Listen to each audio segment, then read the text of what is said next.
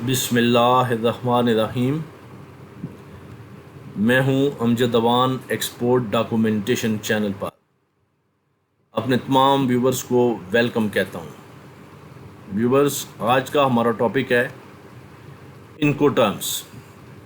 इनको टर्म्स के ऊपर कई वीडियो मेरी मौजूद हैं और दोस्तों की भी मौजूद हैं, लेकिन अभी हम इनको टर्म्स की जिस वर्जन की बात करने वाले हैं वो लेटेस्ट वर्जन है और इसे ट्रेड टर्म भी कहा जाता है।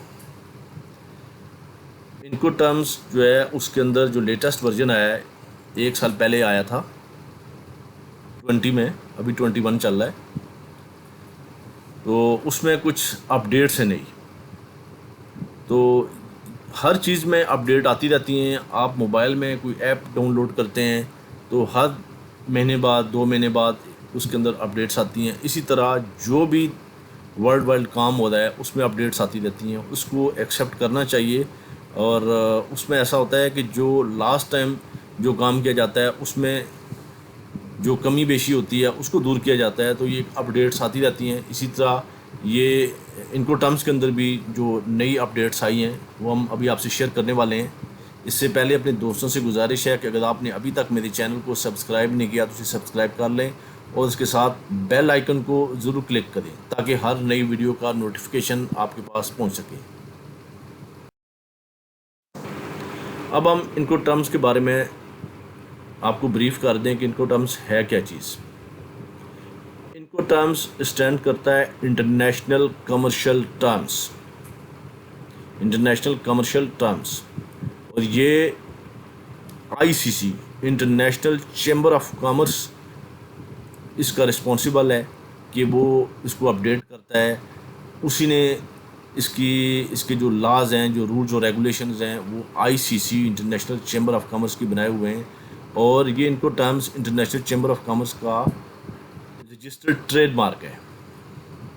इनको टर्म्स एक ट्रेडमार्क है। जिससे आप कोई भी प्रोडक्ट परचेज करते हैं, पेप्सी कोला, कोका कोला या कोई भी प्रोडक्ट आप परचेज करते हैं, एक उसका ट्रेडमार्क होता है, वो रजिस्टर्ड होता है। तो आईसीसी ने, इंटरनेशनल चैम्बर ऑफ कॉमर्स ने, इनको टर्म्स के नाम से एक ट्रेडमार्क रजिस्टर्ड किया हुआ है। ये वर्ल्ड वाइड रजिस्टर्ड है और ये इसके जो इंटेलेक्चुअल प्रॉपर्टी के राइट्स हैं वो आईसीसी के पास है, इंटरनेशनल चैम्बर ऑफ कॉमर्स के पास। अब हम जो इनको टर्म्स हैं उसमें एक एक के ऊपर डिस्कस करेंगे, उसमें क्या अपडेट्स हैं। कुछ चीज़ें एज इट इज़ ही हैं और कुछ अपडेटेड की गई हैं। तो अभी हम सबको एक एक इनको टर्म को डिस्कस करेंगे। सबसे पहले हम एक्स वर्क्स, ये EXW लिखा हुआ है, एक्स वर्क्स, EXW से लिखा जाता है शॉर्ट में। इसे एक्स मिल भी कहते हैं, एक्स यार्ड भी कहते हैं, एक्स माइन भी कहते हैं, एक्स मिल। जो भी प्रोडक्ट जहाँ पैदा हो रही है, प्रोड्यूस हो रही है, माइन से निकल रही है, तो उसका नाम साथ लगा दिया जाता है। लेकिन एक्स वर्क्स एक कम्प्रीहेंसिव वर्ड है। इसमें आपको मिल ना भी लिखें, एक्स मिल ना लिखें, एक्स माइन लिखने की ज़रूरत नहीं है, एक्स यार्ड लिखने, एक्स वर्क्स लिख दें तो यही इनफ है। ये तमाम मोड्स ऑफ शिपमेंट, जैसे आप देख रहे हैं, ये जो मैं आपके सामने चार्ट लगा रहा हूँ, ये आईसीसी का है, इंटरनेशनल चैम्बर ऑफ कॉमर्स का चार्ट है। अब देखें, इसमें ये चारों मोड ऑफ शिपमेंट जो है इसके अंदर उन्होंने मेंशन किए हैं। सबसे पहले उन्होंने ट्रेन मेंशन किया है, इसके बाद एयर, इसके बाद जो लैंड है, ट्रक है वो, इसके बाद सी। ये चारों जो मोड्स ऑफ शिपमेंट है उसमें ये एप्लीकेबल है। एक्स वर्क्स का मतलब ये होता है कि बायर की रिस्पॉन्सिबिलिटी कहाँ से शुरू होती है और कहाँ ख़त्म होती है, और सेलर की रिस्पॉन्सिबिलिटी कहाँ तक है।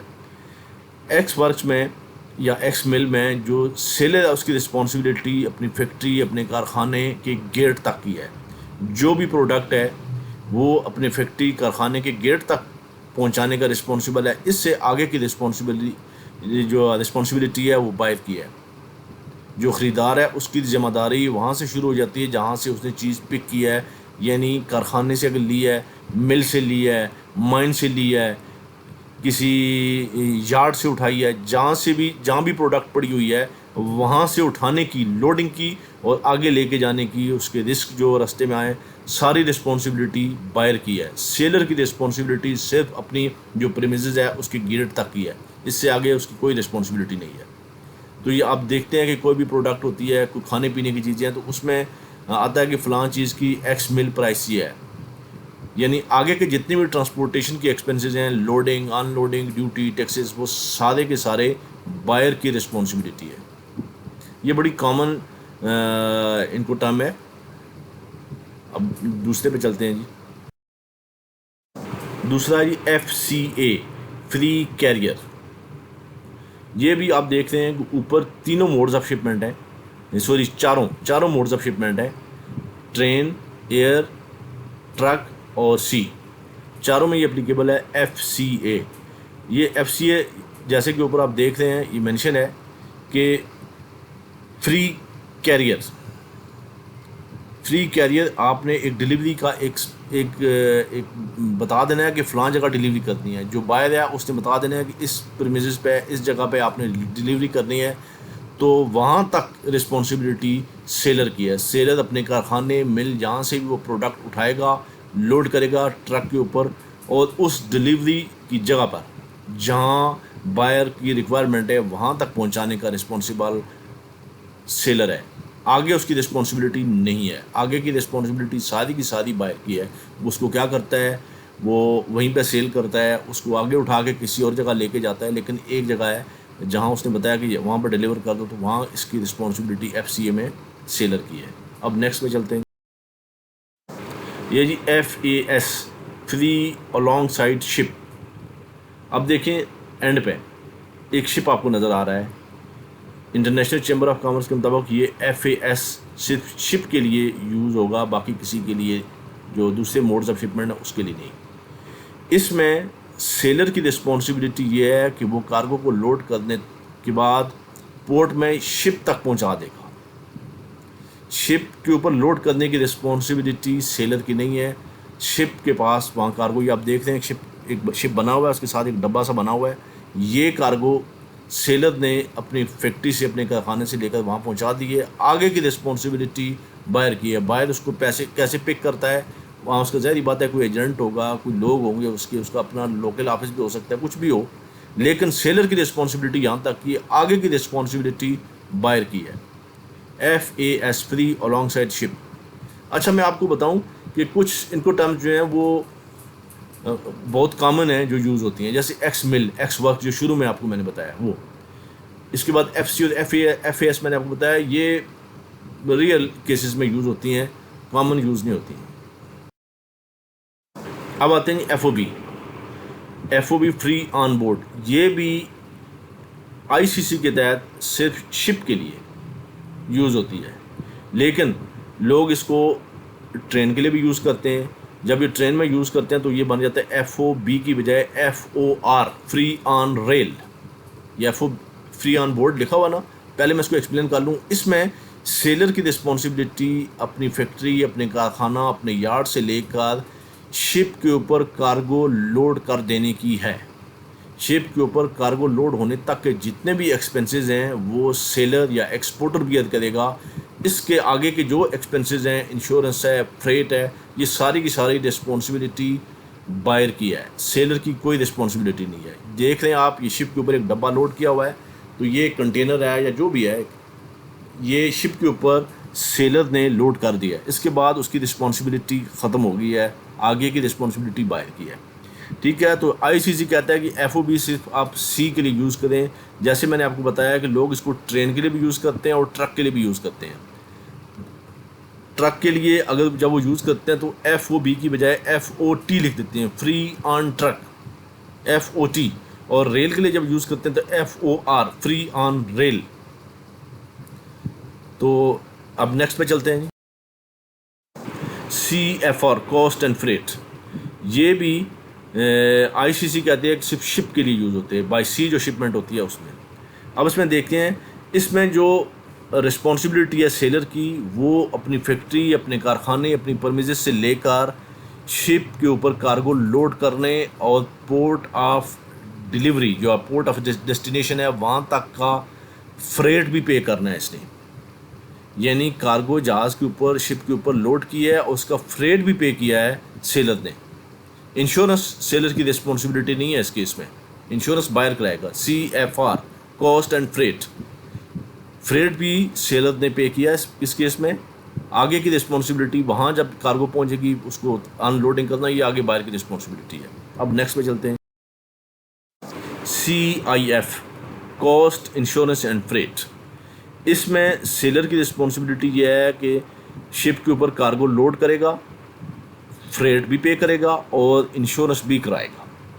पिछले केस में जहाँ CFR था उसमें आपने देखा था कि इंश्योरेंस की रिस्पॉन्सिबिलिटी सेलर की नहीं थी, वो बायर की थी। लेकिन इस केस में जो सेलर है, इंश्योरेंस की रिस्पॉन्सिबिलिटी भी सेलर की है।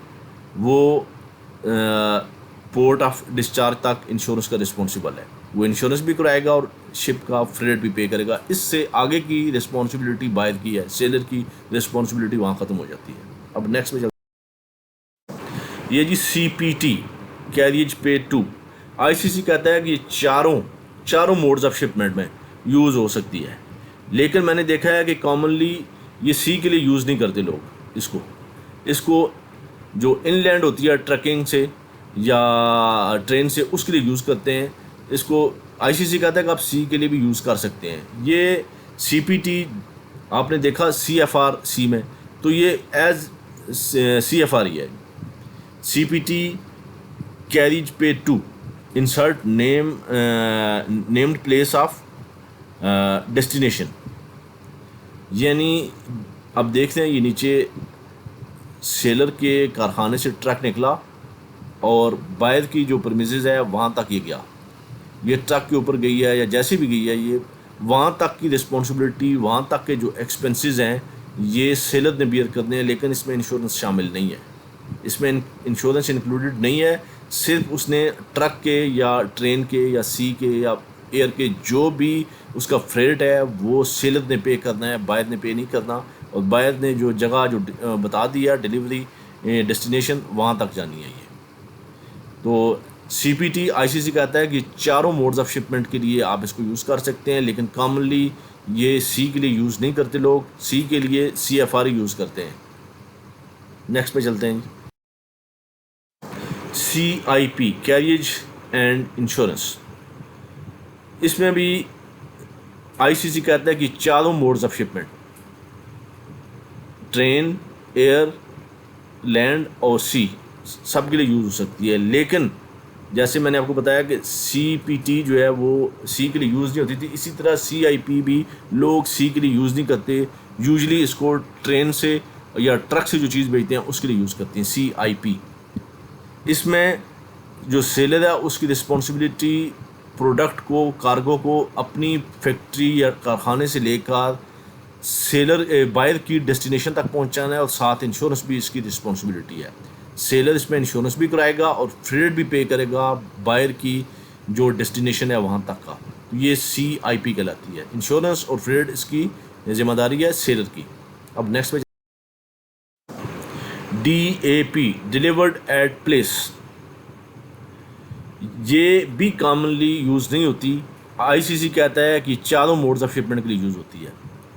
इसमें जो कार्गो है वो डेस्टिनेशन के ऊपर पहुंचा दिया जाएगा, जो बायर ने डेस्टिनेशन बताई है वहाँ तक पहुंचाने की रिस्पॉन्सिबिलिटी सेलर की है।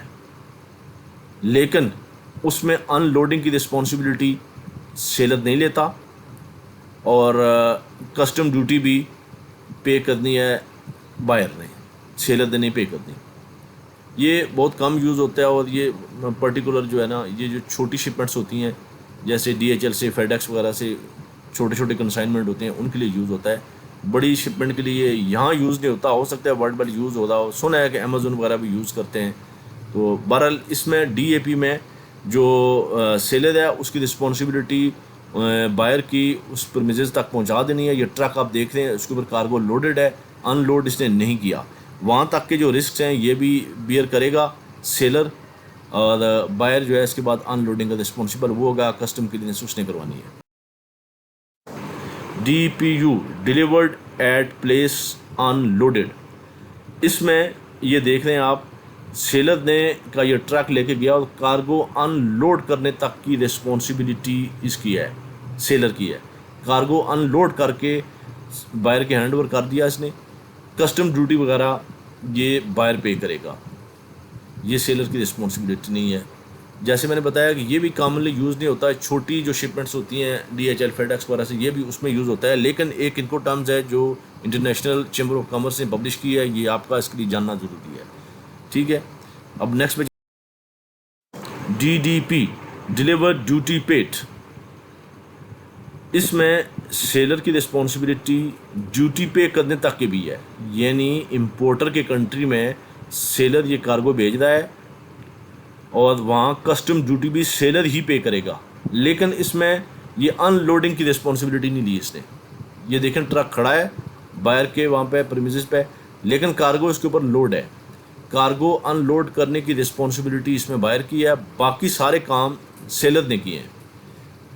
अपनी फैक्ट्री प्रीमिसेस से, अपनी यार्ड से, वहाँ से लेकर बायर की डेस्टिनेशन तक कार्गो पहुँचाई, कस्टम ड्यूटी पे करी, लेकिन अनलोड से नहीं करनी।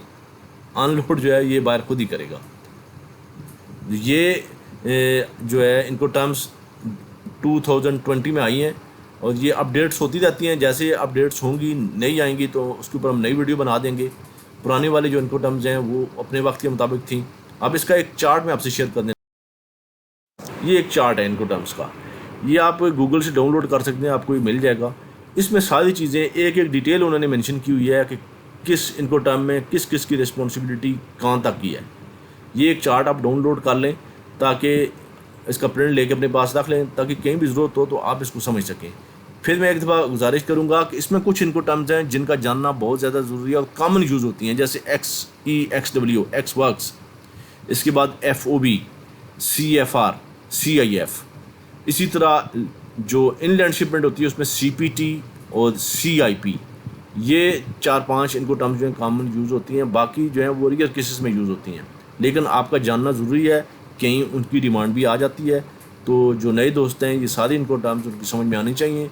नहीं समझ आ रही, कोई चीज़ कहीं रह जाती है तो आप कमेंट्स में पूछ सकते हैं। वीडियो अच्छी लगे तो लाइक करें, अपने दोस्तों से शेयर करें। मिलते हैं अपने नेक्स्ट ट्यूटोरियल में किसी और टॉपिक के साथ। अपना बहुत सा ख्याल रखिएगा। अल्लाह हाफिज़।